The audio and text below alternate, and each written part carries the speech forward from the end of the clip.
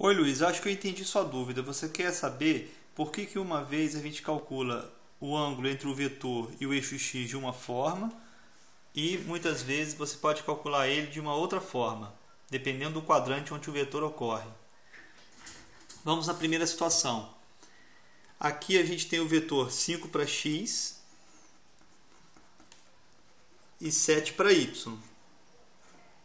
Então repara o seguinte, que aqui eu tenho 5 unidades e aqui eu vou ter 7 unidades, já que eu tenho um retângulo de lados iguais. Para eu calcular o ângulo formado entre o vetor e o eixo x, eu vou utilizar a função tangente. Repara, porque a tangente deste ângulo vai ser igual ao cateto oposto dividido pelo cateto adjacente.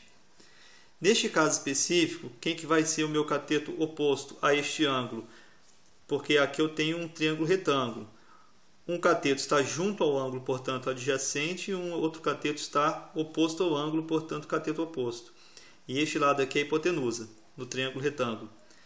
Então, o que vai acontecer? O cateto oposto a este ângulo vai ser 7 unidades. O cateto adjacente a este ângulo vai ser 5 unidades. Portanto, eu vou ter tangente de α igual ao cateto oposto, que é esse aqui, dividido pelo cateto adjacente, que é esse aqui, igual a 7 dividido por 5. Agora, a calculadora científica sabe exatamente calcular que ângulo específico vai ser esse α, cuja tangente é 7/5. Então, eu vou utilizar a função, lembrando que toda vez que eu quero achar o ângulo na calculadora científica, eu utilizo a função arco tangente. E essa função arco tangente é a mesma coisa que tan menos 1. Então, eu vou fazer tan menos 1 de 7/5. De que maneira eu vou calcular isso? Vou pegar a calculadora científica. Está aqui ela. Então, eu vou fazer o seguinte aqui, ó. Não sei se está filmando. Agora sim. Tem que verificar se tem a letra D escrita aqui, ó, impressa, no caso, no visor, visível. Então, eu vou fazer Shift tan menos 1, de acordo com o desenho ali, ó, de 7 sobre 5. Repara que eu utilizei essa tecla aqui, que é a tecla de fração, ó, interessante. Se você tiver essa calculadora, fica mais fácil. E com isso eu vou achar o valor de 54. Deixa eu trazer ela para cá. 54. Tá dando reflexo, mas agora sim, ó. 54,4623 22 21. Isso aqui é a fração do grau. Para passar para grau minuto segundo, basta apertar essa tecla. 54 graus, 27 minutos, 44,36 segundos. Com isso eu calculei o ângulo α entre o vetor e o eixo x. Agora, uma situação diferente acontece nesse segundo caso que você mandou por e-mail. Agora aqui eu tenho um vetor diferente, que ele é do segundo quadrante. Por quê? Porque eu vou ter que ele é igual a menos 6 para x e 9 para y. Vou chamar ele de vetor B. O ângulo que está interessando para a gente agora é o ângulo formado entre o vetor e o eixo x, mas não é qualquer ângulo. É o ângulo formado entre o vetor e o eixo x medido no sentido horário, no sentido dos ponteiros do relógio. Como eu tive aqui essa primeira situação, ó.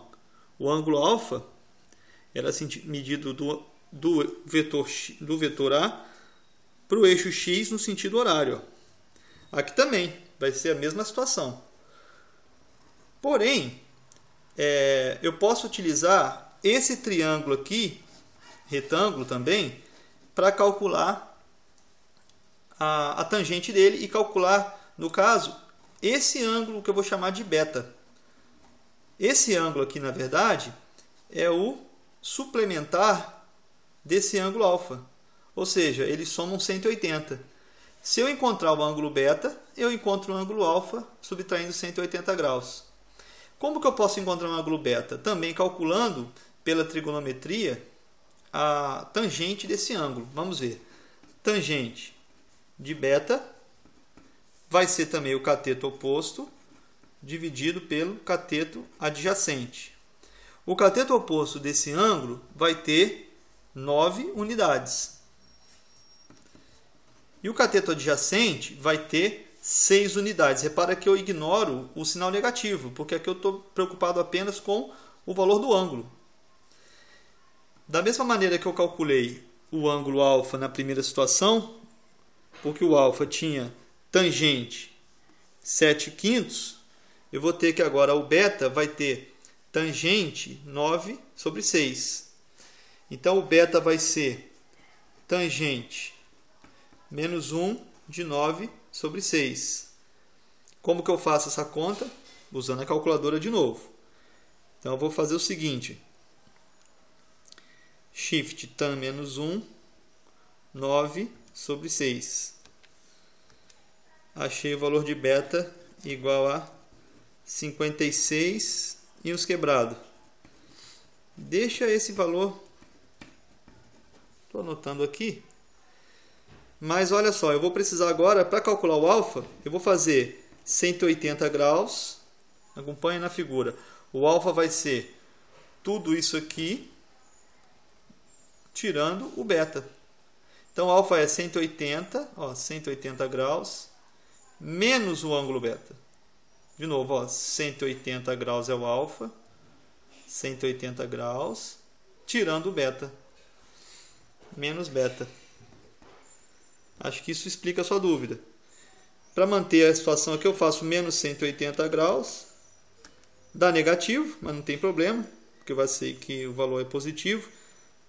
Passo para grau minuto segundo e acho 123 graus, 41 minutos, 24,2 segundos. Ok? Um grande abraço para você. Tudo de bom. Até a próxima.